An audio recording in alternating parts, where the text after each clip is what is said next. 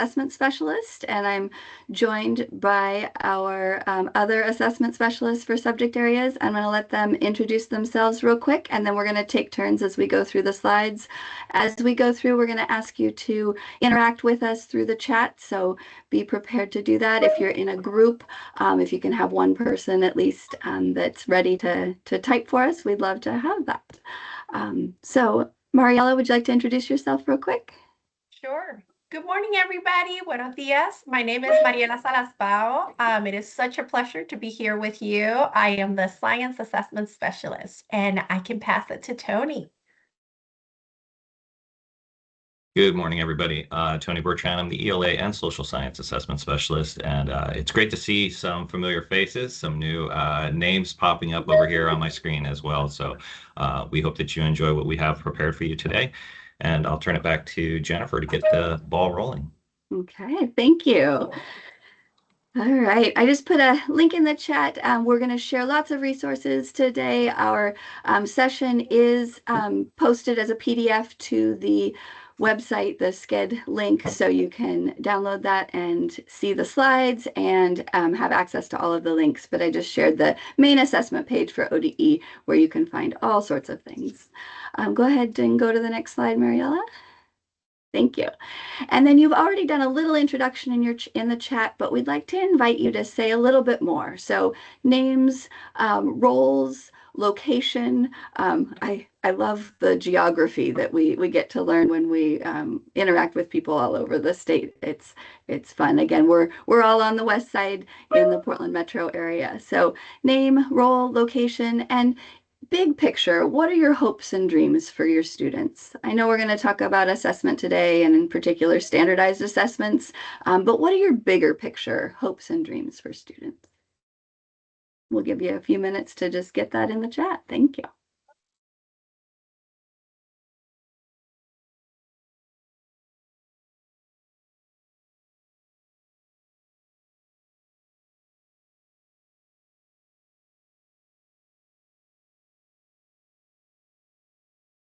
They have a math teacher hoping for more college math credit in high school. Elementary, rewarding careers and live a fulfilling life. That's a good hope and dream. I think we all want that for ourselves.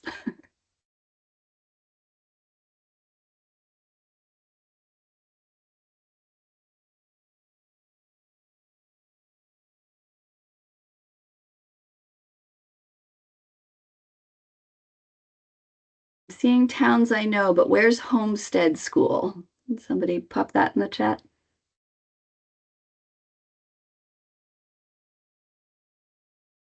Students to understand what science is, how science is done, think critically with information. Critical thinking. I think lots of us have that as a hope and dream for our students. There should be a visual. You should see a slide that says warm welcome. You might have to change your view in the top of your screen. Yeah. Strong math skills. Ooh, curiosity.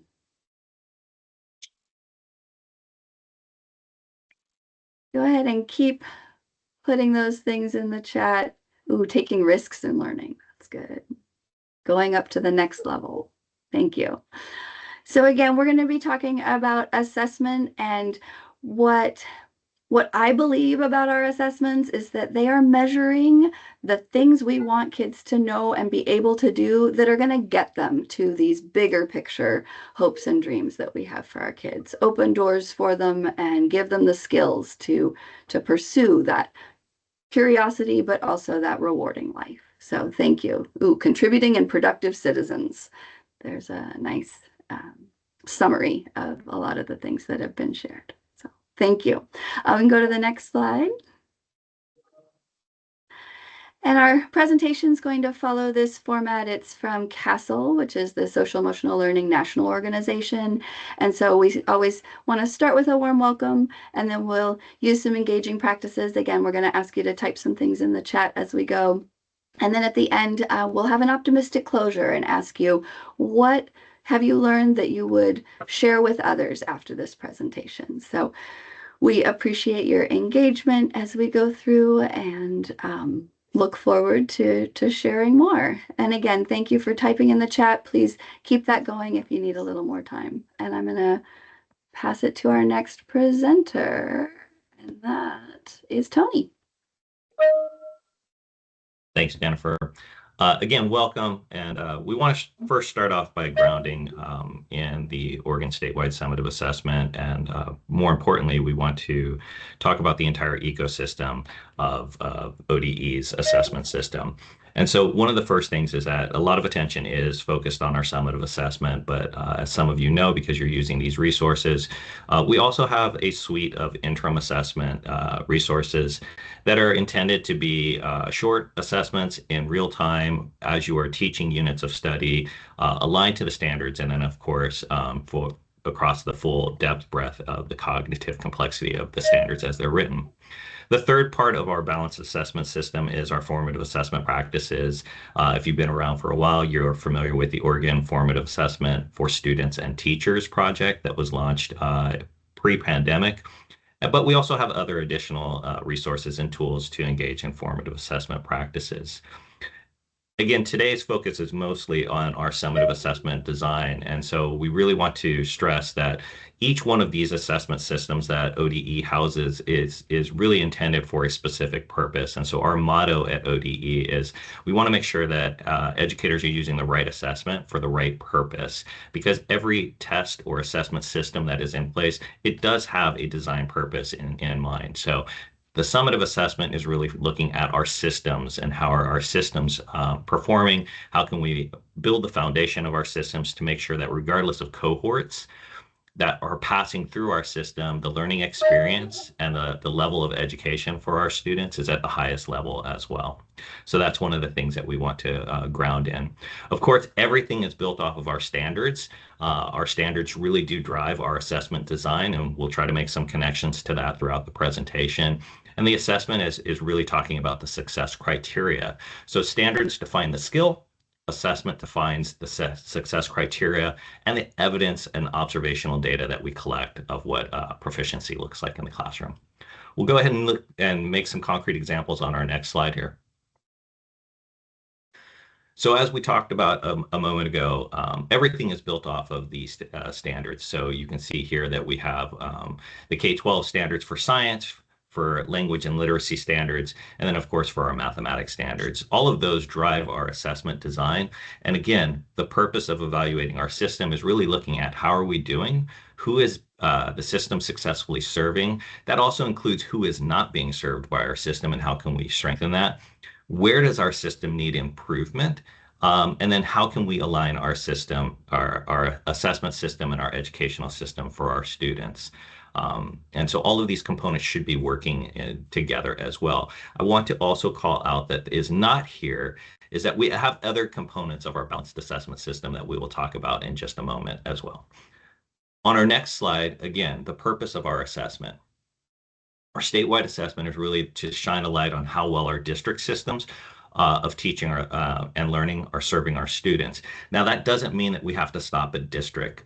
We can also drill down into how are our schools performing. And then my favorite part when I was in the classroom was still looking down and rostering my students so that I could do self-reflection on how well is my instructional practices serving students and where can I strengthen my approach to professional learning, and so that translates into instructional practices as well.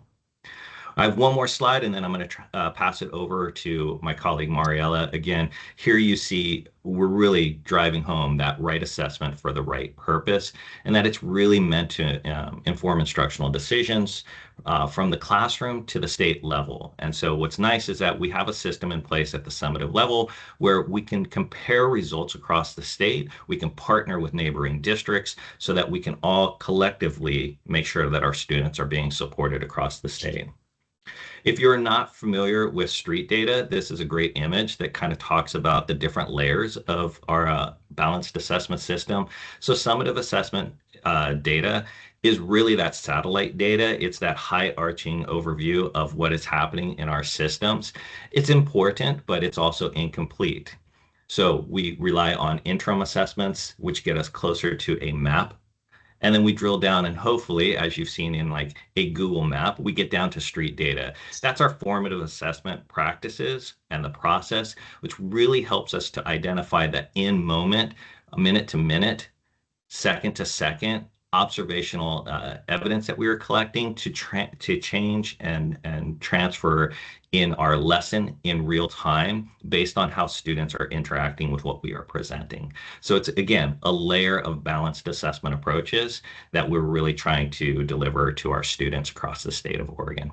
And with that, I'm going to turn it over to Mariella, who will give us a little bit more information on other components of a balanced assessment system. Thanks. Thank you, Tony. And as Tony mentioned, summative tests it's one of many tools that are that we can use in this case to monitor how the learning is progressing for our students. So, but as you know, there's other types of tools available to sort of understand that learning from our student perspective, and including the screeners, formative assessment practices, you have progress monitoring tools, performance assessment, classroom assessments. In addition, you have qualitative data, in this case, when you're gathering social emotional information and school climate data. And as important it is from all that data, it is also the importance of looking from an asset perspective way and using culturally responsive practices where we can actually examine our own biases, look at things in that asset perspective instead of the deficit perspective, and also building that sense of belonging. And all of that really leads to what we talk about, a balanced assessment system, the idea that when we're thinking about telling the story of our student, it is more than one tool that we want to use that and sort of understand that process. So that leads us to think about, when we think about what do we mean when we think about an asset perspective on the data. At the end of the day, I really invite us to reflect on our relationship with data and the responsibility we have in how we collect, interpret, and how we use it. When we think about data justice and equity perspective, data should help humanize students, not really reduce them to a number or a label. We first have to ask whether we have clear systems for collecting and analyzing data, and whether those systems are really designed to support our students. Just as important is whether the data leads to a meaningful action that improves those learning opportunities for our students. We should also consider how exactly are we interpreting the data?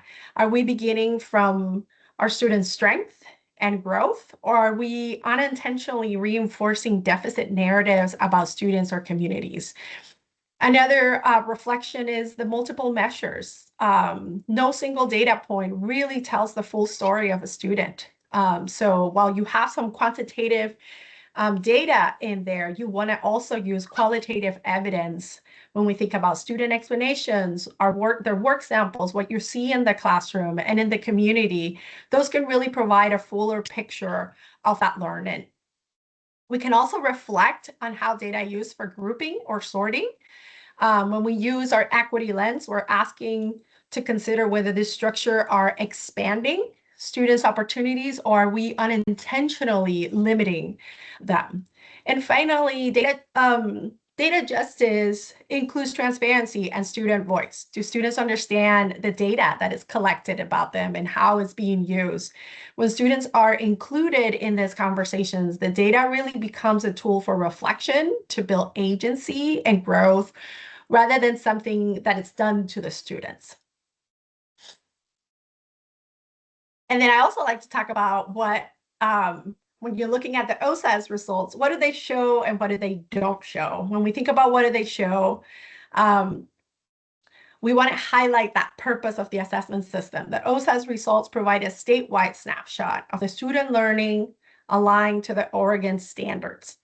Because the assessment is standardized, it allows districts to step back and examine sort of the broader instructional system, the broader teaching and learning, and how it's supporting and meeting the needs of the students.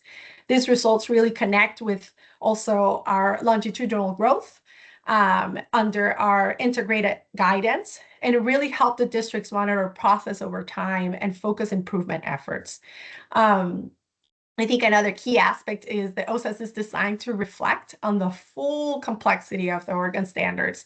So the results represent more than just a few isolated skills.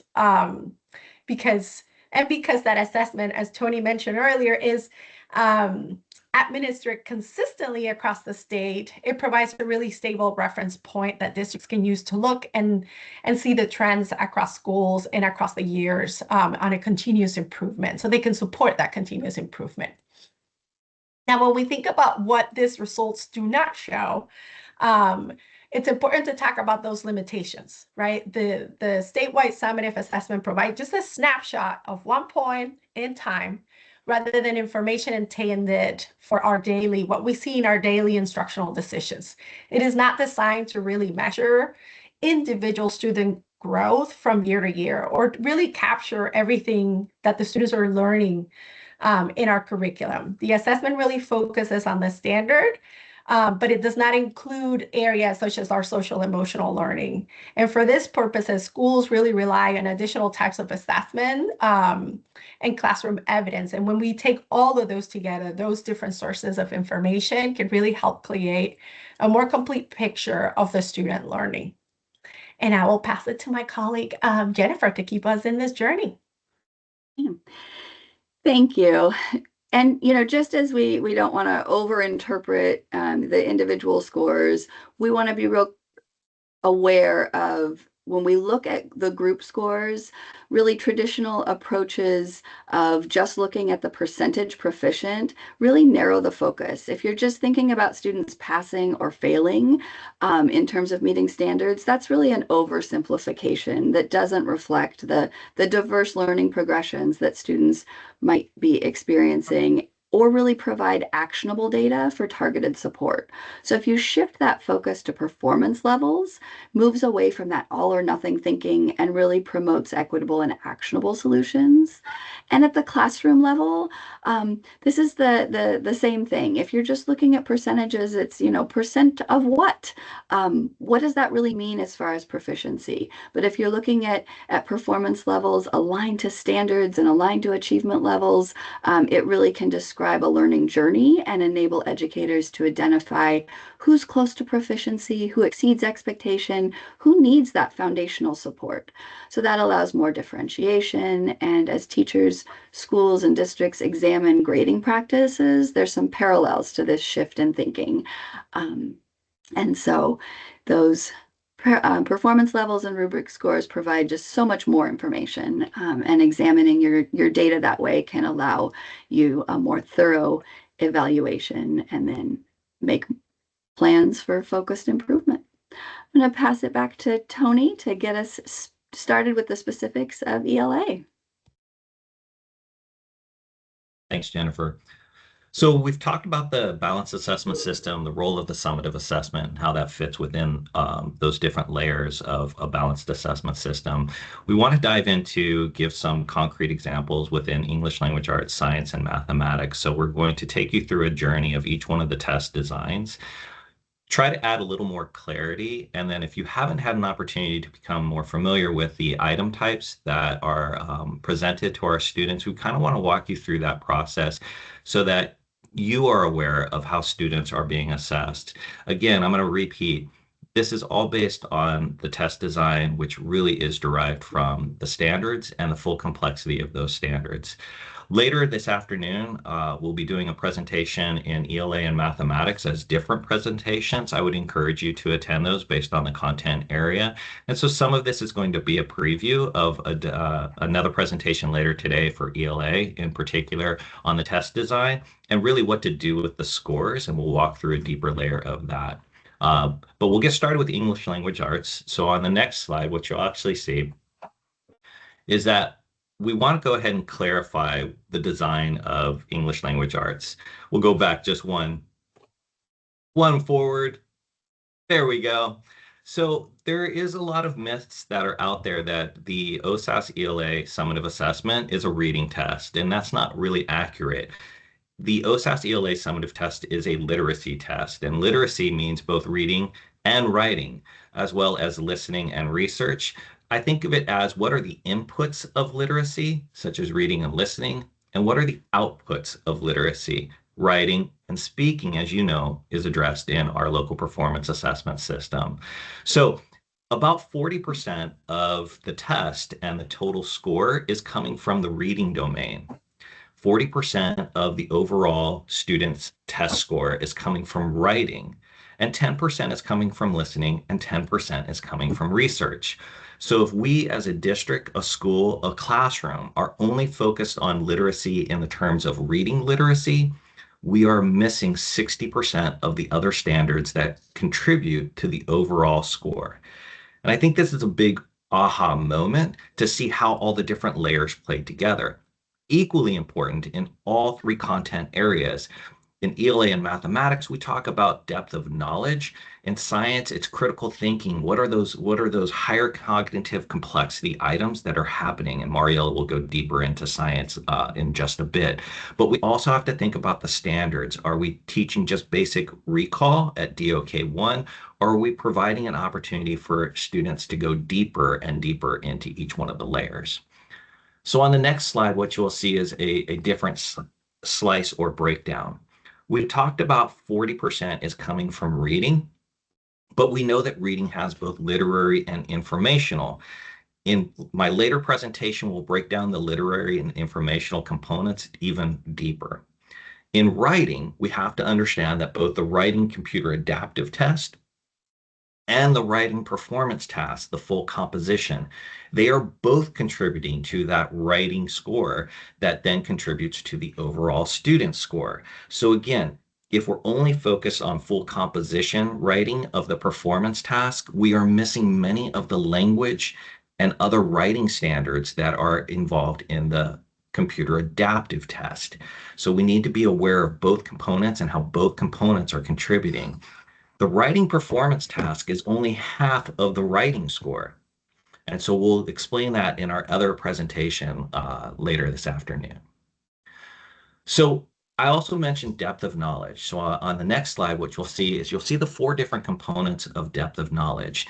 And we really want to stress that depth of knowledge is critical thinking. It's not necessarily difficulty. So you can have a very difficult task that has a very low DOK. Now, there's usually a correlation that the higher the depth of knowledge that we're doing, the higher critical thinking activity that we're asking students to engage in, are by default usually more involved, complicated tasks. And so that's where there is that connection of like critical thinking as is also equally difficult.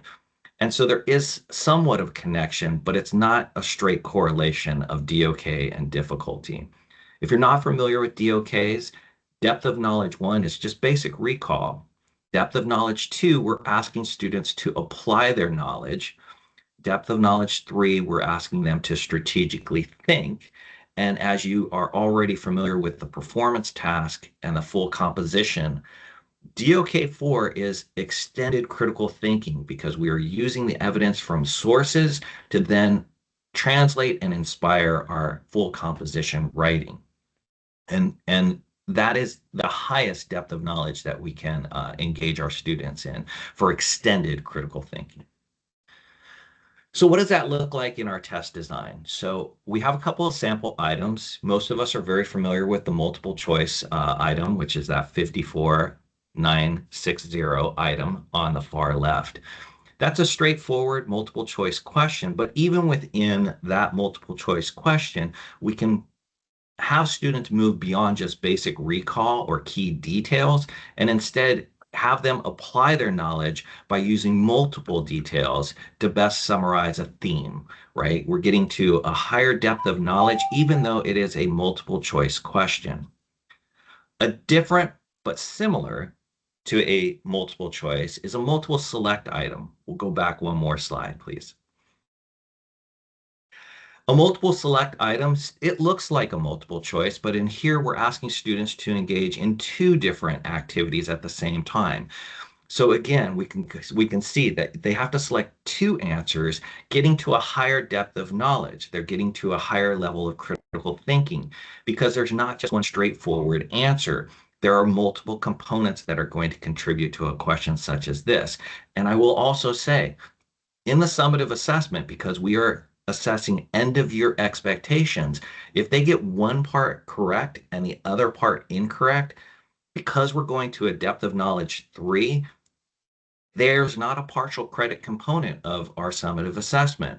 That's very informative at the local level and in our classroom level because we can address through reteaching misunderstandings if one component is addressed and the other isn't. But again, this is end of year expectations. We're looking for that highest proficiency level. And please keep in mind, our test is adaptive. So if an item is too difficult, the test will adapt down to try to find that range in which performance and proficiency is located. Now we'll go to the next slide. So a different way is also looking at how are we using a hot text item. And I want to show you two different examples of hot text or highlighting items. So in reading, again, this is a different version. They're asked in that 182879 item, they're asked to identify two sentences that best show and then the new ideas for what STEAM might do to help humans, right? And so this is a different way of still engaging students in a multiple select item. But what we've done here is that we've put it in the context of reading. So this isn't just a straight standardized approach. This one is more of within the context, can you identify the sentences that best support evidence to this learning? Now, we've done highlighting in the classroom. We ask students often to use evidence from the text to support their reasoning in oral discussions. So that's a reading activity. We also have hot text items in writing. And so with writing in particular, this one is asking to please identify two sentences that do not belong. This is an editing item. And so what we're really trying to assess here is, can you identify relevant information that strengthens your writing and what could be possibly removed because it's off topic or off purpose? So this is how we're trying to assess editing. We ask students to do this in their own writing at the classroom level. And so we're trying to, again, replicate in the context. If you're not familiar with these items, that's what this is all about, is trying to make sure you are aware of how students are being assessed and what does that look like in your classroom at the local level. We have a couple more examples. So on our next slide, this one is my favorite. It's an evidence-based selected response. Students are asked to read a passage. They're then asked in part A to identify and give their answer. So in this one, what is the main idea of the paragraph? Now, of course, they have to have key details to identify that main idea. And that comes to the second part. In part B, students are now asked to defend their answer for part A by providing the evidence from the text. So now you have, what evidence did you use in part B to then support your answer for part A? Again, this is something that we are doing in the classroom constantly, as having students cite the text and then defend why they are selecting a response or giving an answer in an oral discussion as well. So again, we're trying to replicate what we would see. Similar to the multiple select, it is possible to get part A correct and get part B incorrect. But again, we're measuring end of year proficiency. So there is no partial credit. It is you got the answer correct or you didn't. We have a couple more examples and then we'll talk about some accessibility of support. So on the next slide, what we have is we have a matching table and constructed responses. These are some of the highest levels that you can get to. They are also some of the most difficult ones to grade at the classroom level. All constructed responses and the full composition in writing are all hand scored. We have no AI scoring in our summative assessment. So I just want to break that myth because there's a lot of talk around AI right now. All of our summative assessment is hand scored. and reviewed by humans. So in the first one, we're familiar with constructor response. Sometimes we will skip these in the classroom because they take longer to complete the activity. We know that they are much harder to grade, and time is precious, but we really want to make sure that students are getting an opportunity to engage in explaining their thinking in written form. The last one is our matching table. Again, it is an approach to making sure they are able to identify multiple components. And then this one is our full write, our full composition. Students are asked to read anywhere from 2 to 4 sources, depending on the grade level. They are then asked to write a very specific style of writing. So the writing purposes that we assess on the summative assessment are informational expository or opinion argumentative writing. Narrative writing is assessed at the within the CAT, and we hope that narrative writing is being assessed at the local level through a local performance assessment. One of the number one things that we'll talk about in our presentation this afternoon is about condition codes and when students are or are not receiving full credit. So if you're interested in more about the full composition, please join us in the afternoon. Accessibility supports. We want to remind you that our test provides a ton of accessibility supports in all content areas. So there are universal tools that any student can use. There are designated supports in which if they're parents or educators who think there's a support that a student would benefit from and that they're using in the classroom, we have designated supports that are allowable. We don't want them to be a distraction. Of course, we have accommodations. These are some very specific supports that must be documented in an IEP or a 504 plan. And so they have to be reflected. It has to be something that is documented. And of course, that red box in the bottom corner, students should already be familiar with these supports prior to the test. If we are not setting our students up for success with these tools, they really just become a distraction instead. Some of the highlights that I will say are the most impactful for ELA is universal tools. Spell check is available in the ELA performance task. So students can definitely use that tool and utilize that tool. Scratch paper or line paper, especially with our younger students who aren't yet proficient in keyboarding, they are allowed to use line paper. Please make sure that you're following all of the test security requirements if you are using that as a universal support. Some high level and impactful designated supports are text to speech. This is for the ELA performance task, not the CAT. So for those sources that students need to access, if you have struggling readers, text to speech is an allowable designated support. Please make sure they have headphones so that they don't distract students around them. And again, it's for the reading sources only that are part of the PT. They have an English dictionary, access to an English thesaurus, whether that, and so that is non-embedded. Those can both be used for the performance task. Again, students should be familiar with those supports if you're going to use those. Here are the high impact accommodations. These must be documented in an IEP or 504 before the student begins their test. Text-to-speech is allowed for the reading passages in the CAT if it is documented in an IEP or 504. We do not want access to ever be a barrier to doing well on our summative assessment. Another common one is dictation or speech-to-text software. We have that embedded in the performance task. Again, if this is a tool that they are regularly using in the classroom and it is documented in an IEP or 504, and you can use a third-party dictation software, but there are some specific setups that need to take place. And of course, a different version is a scribe.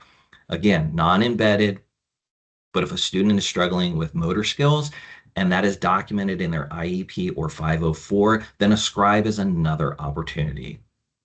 With all that being said, I'm going to turn it over to my partner, Mariella, who's going to go deeper into science. Again, I'll be watching the chat if there are any questions that surface from that, and I'll address those during this part of the presentation or at the end of the presentation. Thank you. Thank you, Tony. All right, so for my science teachers, hello, we're going to go in this journey of science. I want to start first with a big overview of the science test. This assessment itself is designed to measure how well students understand and apply the Oregon science standards. Um, at the end of the day, when we think about when do students take this test, they only take it at 3 grades. So grade 5, grade 8, grade 11. One of the most common questions I always get, especially when how many items are in the test? The test contains 18 operational items. However, you may see that a student might have a 19 or like 22 items. This is because within the test, we're constantly adding new items every year, but we field test them. So in the test, a student may have either one cluster, so 19 items, or 22 because they had 4 standalones, so 4 items in addition to the 18. When it comes to the field tested items, these are not scored and they're not part of the student score. They're just there for us to test the items that we are developing. But the student actually, the score comes from those 18 operational items. When we think about the actual test design and how this is reported out to the public, this is following how our standards are even organized and categorized. So when we think about what is reported out, we actually organize them by the domains, same domains that we see in the Oregon Science Standards. So you have your Earth and Space, life science, and physical science. But within each of these domains, what we call the targets, they're actually derived from like that disciplinary, from the topic components. So all the same topic components you see in the standards for Earth and Space Sciences, life science, and physical science, those are the same topic components that are within the test. So you heard me say clusters and standalones. So in addition to how this is reported out, let's talk about what the students see in the test. From the student perspective, they will get 2 types of items. You will have what we call a cluster item and a standalone. When you think about what happens in the classroom, this is a way of, or this structure is intended to really mirror what happens in our classroom. Science classrooms are active. There's a lot happening within our science classroom. So when you're doing an actual unit, you might spend from 6 to 12 weeks exploring that phenomena. You're gathering evidence, you're refining your explanation, you're having students constantly interact with experiments and test their ideas. So in a way, the test is sort of designed to essentially do the same, but in a much shorter version and within the constraints of that assessment. So the cluster items in this case are more in depth. They tend to be more structured tasks with actual phenomena. Students interact with the same scenario across several parts, and each of these parts are building from the previous one. So when we think about sort of that cognitive complexity, we are adding more cognitive complexity and more deeper reasoning as the student is engaging within each of these parts within the cluster. And the same thing happens within the standalone, but at a shorter. You have a more shorter phenomena with 1 or 2 questions targeting that 3-dimensionality, but less in depth than you would do with the cluster item. So what is the item? How that item looks from the student perspective? Here's an example of a grade 11 sample item. From that perspective, you will see on the left-hand side, you will see what we call the stimulus. The stimulus is where we are introducing the phenomena, and it provides the context that the student need to then engage to what is on the right-hand side, which we call the task demand. That is what is going to start eliciting and asking to do from that information they are reading from that stimulus side. So depending on the cluster itself, you have, and it's divided by multiple parts. Each of the parts is either, as you saw in the previous image, you may have starting with a DCI, SEP, SEP cross-cutting, and all those 3 dimensions. So again, guiding that scaffolded increase of the cognitive complexity within the item. Here's an example of a standalone item.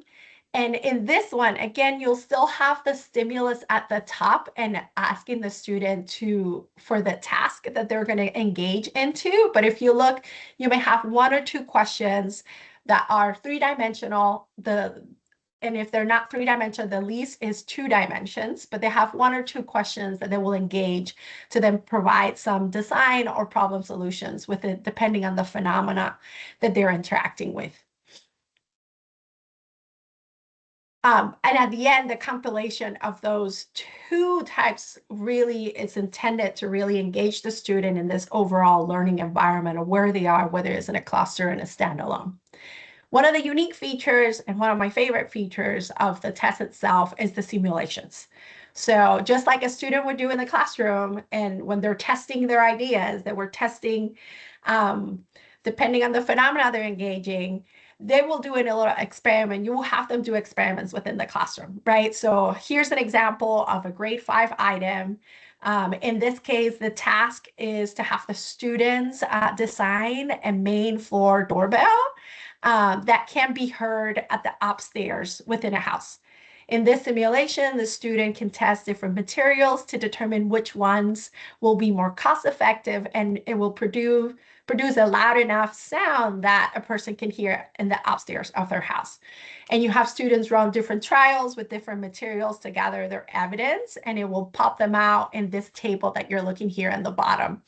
Some of these items, if you note, have a little trash can. So as students are getting their ideas, they can, oh, you know what, I don't really like, I think I tested this twice, maybe delete that. They have the option to delete. Please know that there are items that do not have a trash can, and tell the students the amount of trials they have. Those are very small number of items, and the rationale is because there is a question after that gets them to do another simulation. So it depends on the item. But for the most part, the idea is for students to really run the simulation and investigate, especially when they're doing that design, that engineering design aspect of the science. And it sort of mimic what we have in the classroom, but in a different, more, in this case, in a virtual way. Another feature within the science item is the science test comes in different language presentations. So if you have a kiddo in your classroom that is a native Spanish speaker, or students who are taking science in Spanish because they're part of a dual program, they are able to actually take the test in Spanish. And the nice thing is, if you are using the Spanish presentation and you have students in your classroom that do a lot of translanguaging, they can flip within the global item you see here in the top right. They can flip to the English version as well of the item. When it comes to the Spanish language, you can have them as a designated support, or if this is in the student's IEP, they can be an accommodation. Another language that is available within the test is Braille. So if you have a student who is visually impaired or blind, they have the option as an accommodation to have Braille presentation, so they can use their refreshable Braille display, or they can emboss Braille on paper. And then, just like you heard from Tony and ELA, text-to-speech. Text-to-speech is a great support for students. This is also part of the science test as well. If you have a student, there's a lot of research. If you have a student that is multilingual that benefits from text-to-speech, and this is something they're using in the classroom, this is a great option to use. Again, if you have a student that has text-to-speech within their IEP, this is an accommodation also available in the test. If you look at the image here, this is an example of a grade 11 item.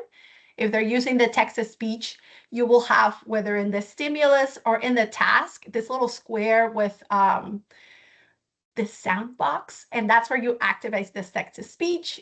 You can highlight, speak the questions and options, or just the option, and you can start and stop within the little circle, a context menu or hamburger. I've heard people call this hamburger menu here, where they can start and stop their text-to-speech. Another feature that is available within Science is a dictation. However, I want to be very straightforward that dictation is only available in the digital notepad. The science test does not have constructed response. There's no PT, just like math and ELA.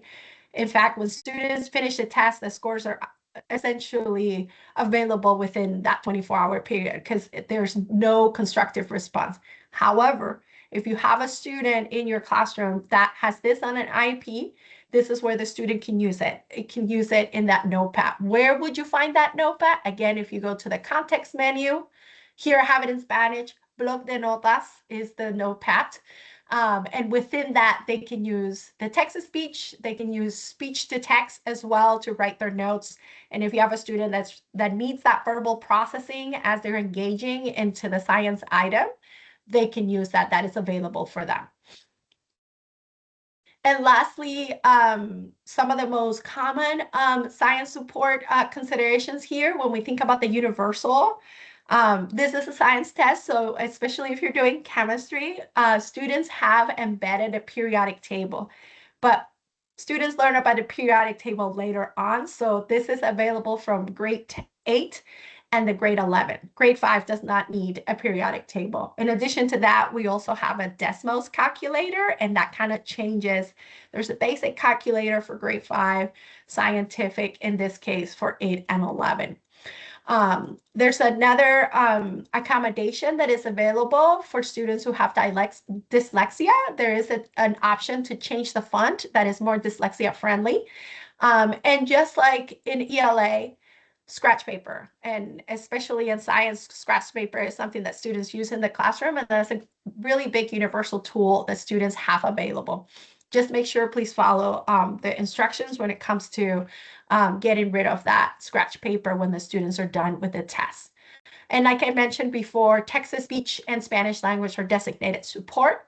And here are the accommodations that will require to be documented in your IEP, such as the text-to-speech, the dictation, Braille presentation, and a scribe. Please know that because the test also is available in Spanish, if you have a student that is using text-to-speech, just make sure in their language package, they have downloaded the Spanish language package, because if you don't have it, that text-to-speech won't work.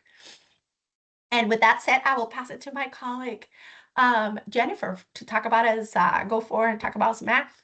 Thank you. And There actually, are just a couple of questions in the chat. I just I was going to say, Mariella, do you want to go back one slide, and we'll give you a chance to address the question in the chat. The first one was around the reading demands of the test. And the question was put in before you talked about accommodations and designated supports, but if you want to speak to that a little bit more, and then it looks like we have another question that we can address in just a minute. Yes, of course. Are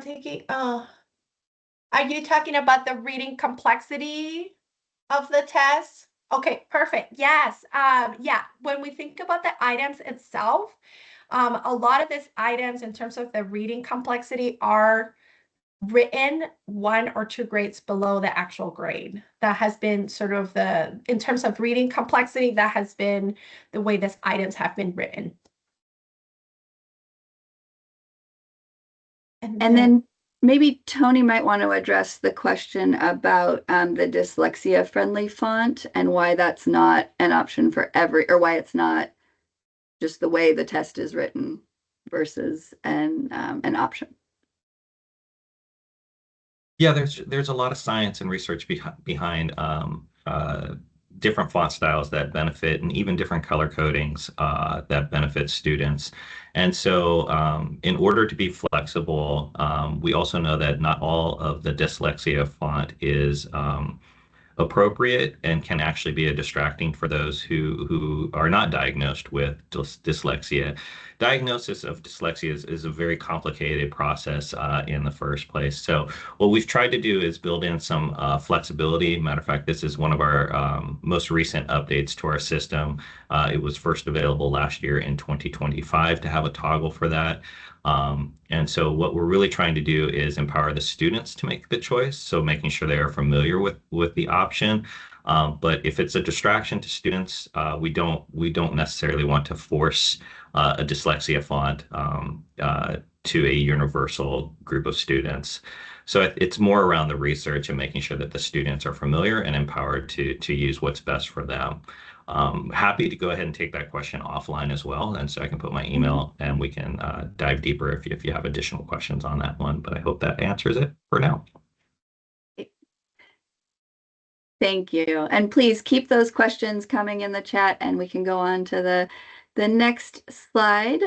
So again, I've been at ODE for a month as of Monday, this coming Monday. So we're not quite at a month, but very close. So I've learned a ton, and some of your questions are really good ones to emphasize the accessibility supports that we have available on these tests. So I think it's exciting that we've been able to use technology to give us lots of different ways to give kids access to these assessments so they really can do their best. But as was emphasized before, it's really important that they're experiencing those supports every day in their classroom. If they sit down to a test that starts reading to them and they've never had that support at any other time in their day, it's a distraction. It's not helpful. So it's meant to mirror the things that you would do in the classroom. And again, with technology, we can offer a lot more. And as Tony pointed out, they're adding things all the time. So go ahead and go to the next slide. And just like the other two tests, the math test is designed based on the standards. So we have standards that identify what we want students to know at each grade level and be able to do at each grade level. And we also have practice standards to describe how they experience mathematics and how they are showing what they know. And so each claim is accompanied by those grade level targets, just like we have in the other tests as well. And go on to the next slide. And so the claims for math are interesting. There are 4 of them, but we only report out on 3. So claim 1 is different for each grade level. It's based on those content standards. What skills and math ideas are students mastering or learning at each grade level? And then claims 2 and 4 get reported together. That's the problem solving, the modeling and data analysis that have students really applying math and doing something with those math ideas. And then my favorite claim is claim 3, communicating reasoning. Just being able to do something is not enough. We need students able to construct viable arguments and critique the reasoning of others. That's math practice 3. So claims 2, 3, and 4 are about the math practices. And so those are basically the same 3rd through 8 and on the high school test. For claim 1, again, it's different for each grade level. So I'll talk more about how you can get more information about each one. Go ahead and go to the next slide. There we go. So the blueprints explain exactly what is on the test, including about the number of items for each target. And if you look closely at this blueprint document and the first link we shared that takes you to the assessment page, you can go to math and go to those blueprints, and we can put the link directly in the chat as well. But if you look closely at these blueprints, it identifies that depth of knowledge level. Notice that there's very few that just say 1.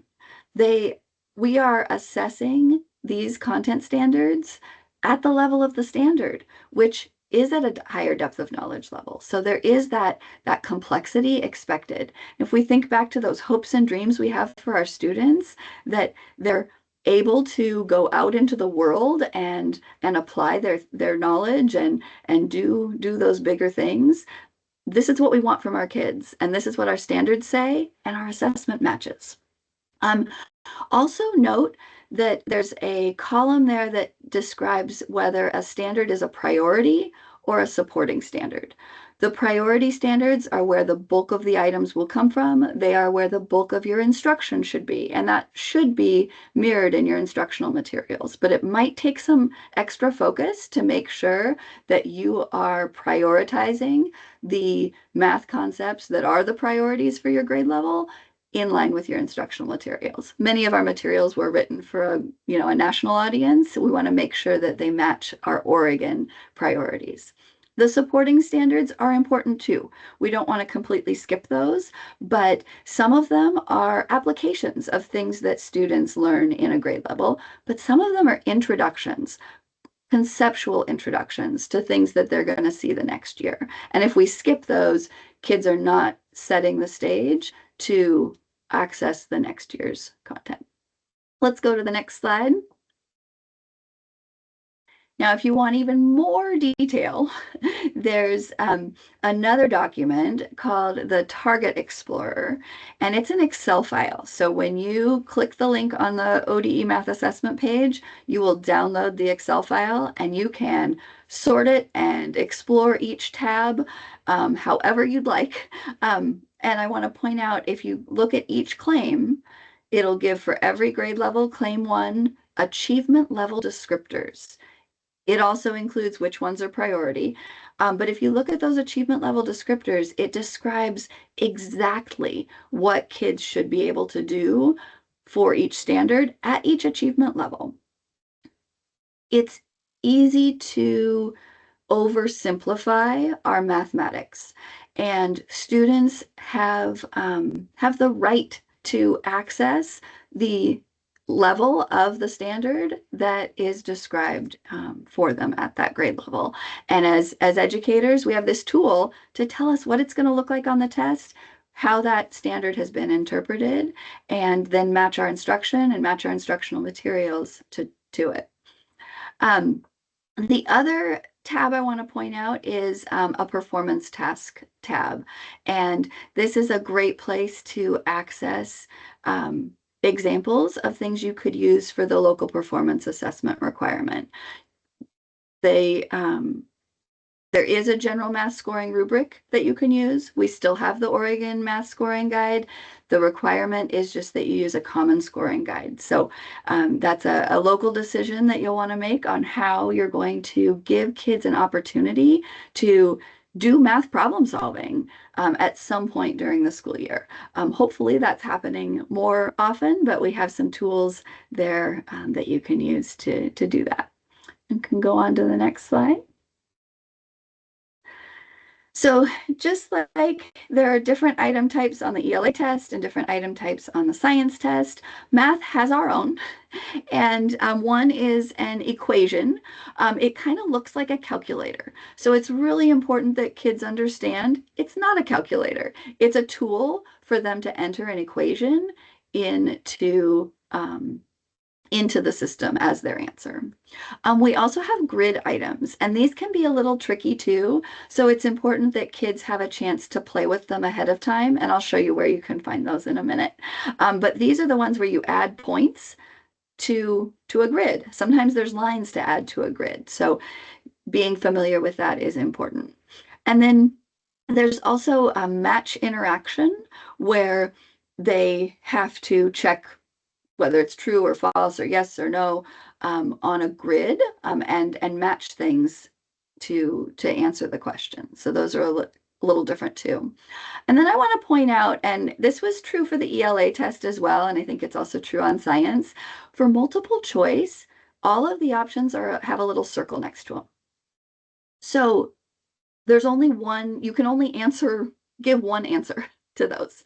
And if kids just know that, then they're not trying to find all the right answers if they know that there's a little circle, so I'm only going to pick one. If it's multi-select, it's a little square. There might be more than one answer. If they know the square means there might be more than one, they'll spend a little more focus there and know that they might need to pick two or more answers.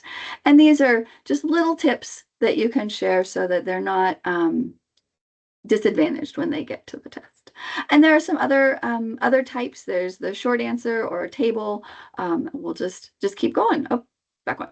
Oh, next one. There we go. Awesome. So I want to also point out on communicating reasoning. Oops, there we are. Again, that math practice 3 is constructing viable arguments, but also critiquing the reasoning of others. We want kids to practice that every day in math class, but on the assessment, we're actually going to assess it. Are they able to create an argument? So the one there on the left is about an opportunity for a student to make a claim about about this item. But then the other one is it says Sam does these things and makes these statements. Which one is true? You're constructing, you're critiquing the reasoning of others. So it's not just about making your own claims, but it's about critically taking in information and responding to it. And again, you can see the depth of knowledge on these items, even though they're equation or multiple choice, they're at a depth of knowledge too. We're assessing at the level of the standard. Next slide, please. One update for this year is that the multiplication table is a designated support. So it needs to be documented, but any student can have access to a multiplication table if it's documented. That doesn't mean every student should. If your students are using a multiplication table in the classroom, it should be a fading support. So they might need it for a while. They might not need it for all of the items. Most kids know the 2s and the 3s and the 5s and the 4s, and it's those 6, 7s, and 8s. And so whittling that down to just who really needs this support to access the test and show what they know. Go on the next slide. There we go. So here are some examples, and invite you to take a minute and look at these things. What skill is needed? And how would a multiplication table support a student? And you can type in the chat if you want, but we're kind of not out of time. We've got plenty of time, but I'm going to kind of keep going because I have another example for high school that's basically the same thing. So let's go on to the high school one. And again, we're assessing some skills. A multiplication table, or at grade 11, they could have access to the calculator, and you can see that there are calculator items. So that number 5 there at the bottom has, thank you, Mariella, has the little calculator icon. So it is a calculator item. Having access to these tools doesn't give them the answers, but it allows them to explain what they know without that barrier of the math fact fluency. It's still important. We still want kids to work on it, but when they're taking this big summative test, they do have some of those tools. And in society now, we mostly do. I don't know if those of you that are old enough to have your teachers tell you won't have a calculator in your pocket. They were wrong. Here we are. So let's go on to the next one. So if you want to see more items, or you want to share these types of items with your students, there are lots of resources. One place to go is the OSAS portal, just the same place you go in to access the summative assessment, but you can go to users and students and families and access sample and training tests. And these include performance tasks. So we can go to the next slide. And Tony had his favorite type of item. Mariella had hers. Performance tasks are mine. This is where kids get to show a deeper level of knowledge, explore a context from multiple angles. So just like on ELA and science, they're going to get on the performance task for math, a context on the left and questions on the right. And they scroll through and there's multiple questions around one situation. And these are real problems. So when you're in, an authentic context, you generally don't just answer one question about it. There's multiple things that we need to figure out when you're, in this case, doing projects with clay and you're exploring all of the different aspects of doing multiple projects, you're going to do multiple math problems. It's not about one thing. And then you might need to make some decisions about that and construct some arguments around it. And go ahead and show the next one. We've got a high school example too. Same thing. This one's about candles, and there's some basic problems, and then they get deeper and deeper as you scroll down. And go to the next slide. And in math, we have accessibility supports as well.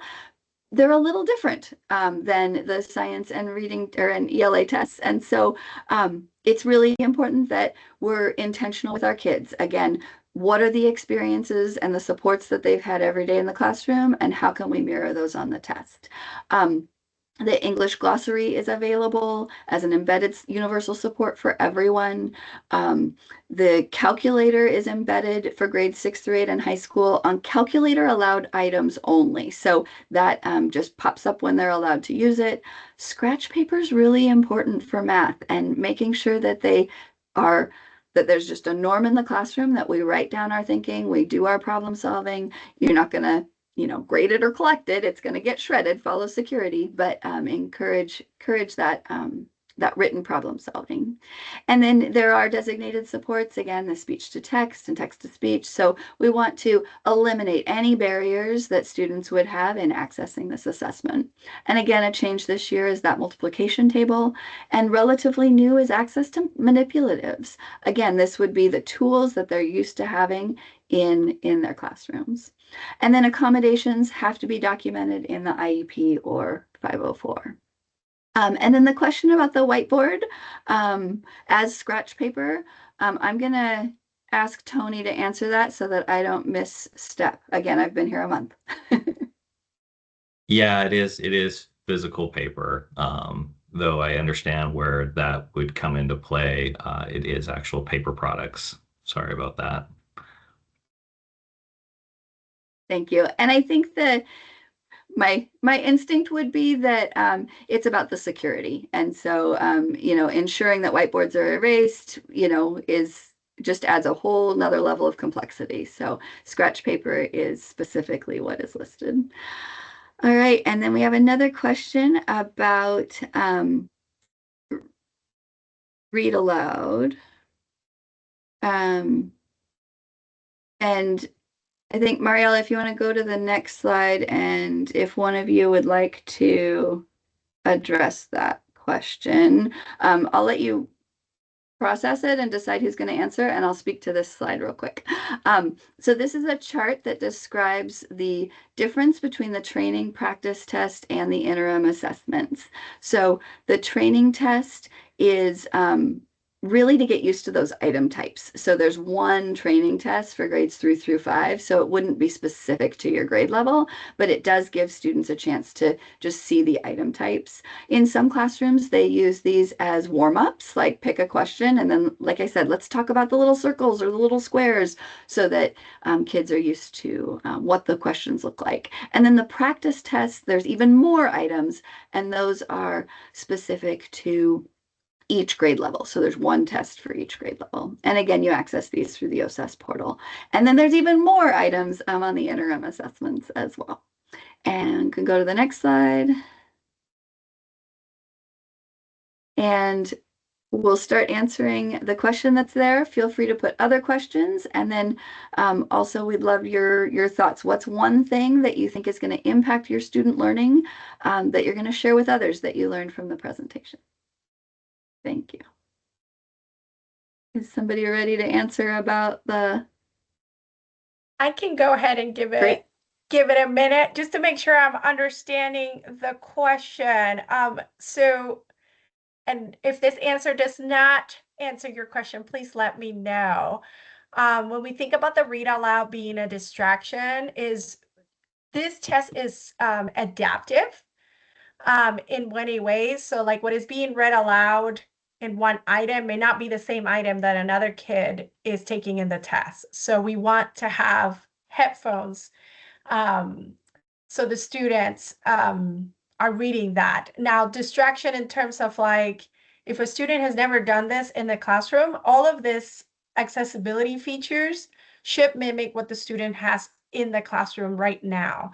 They're not intended to, the one thing you don't want to create is create an issue that test tool is impeding the student to show what they know and can do in the test.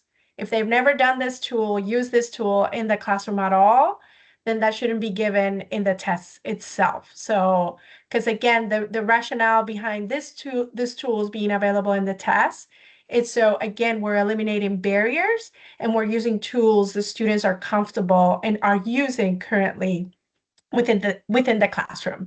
Yes, if the student doesn't want to use the headphones, having the student isolated into a different classroom setting is ideal, because then that way they can listen to the read out loud without the headphone, and it's not disturbing the other students that are taking it in the classroom. And Tony, if I missed something, please jump in. But I think that's what the answer is. But please, educator, if you Mbadi, I don't want to mispronounce your name. If there's more questions you have, please reach out.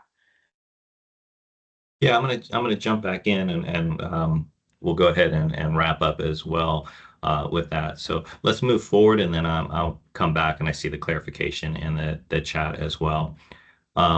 What I hope is that one, we want to thank you so much for joining us this afternoon.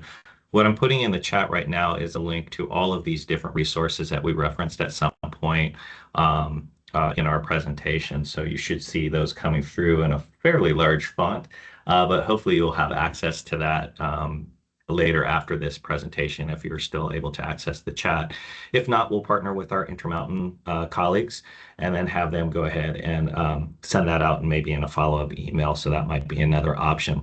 Going back to the actual test itself and the question around there, there's a couple of different things. So in the traditional sense, a read aloud is a human read aloud component. And if there is a human adult read aloud, we want to make sure that that is not distracting other students who are participating in the test as well. If it's more about the student is using headphones, that is something that is allowable in multiple of the multiple content areas. So we do have read aloud, and if a student is using headphones, that is obviously not going to be a distraction because they are hearing the information unique to them. So we do go ahead and we partner with different focus groups in both Cambium and Smarter Balance, in which all accessibility supports go through a vetting process with students in the classroom to make sure that they are approaching more of that universal design approach that we are looking for in all of our instructional materials and assessments, hopefully as well. So I'm hoping that clarified some of the question, but if not, I'm willing to go ahead and stay on beyond the 10:15 time and have that discussion as well. We are at time, so I'll turn it back to Jennifer and Mariela for any closing thoughts, and to our Intermountain ESD partners for any last directions. Just thank you all for coming. We appreciate your engagement. Same, it's been a pleasure, and thank you for the questions. We love questions. So if there's more, please reach out. I know I put my email in there. If Jennifer, if you want to put your email in the chat as well, please reach out. We love talking to educators. That's like our favorite thing of our job. So if you have more questions, we're happy to meet and go through them with you as needed. Thank you. Thank you all for joining. We're going to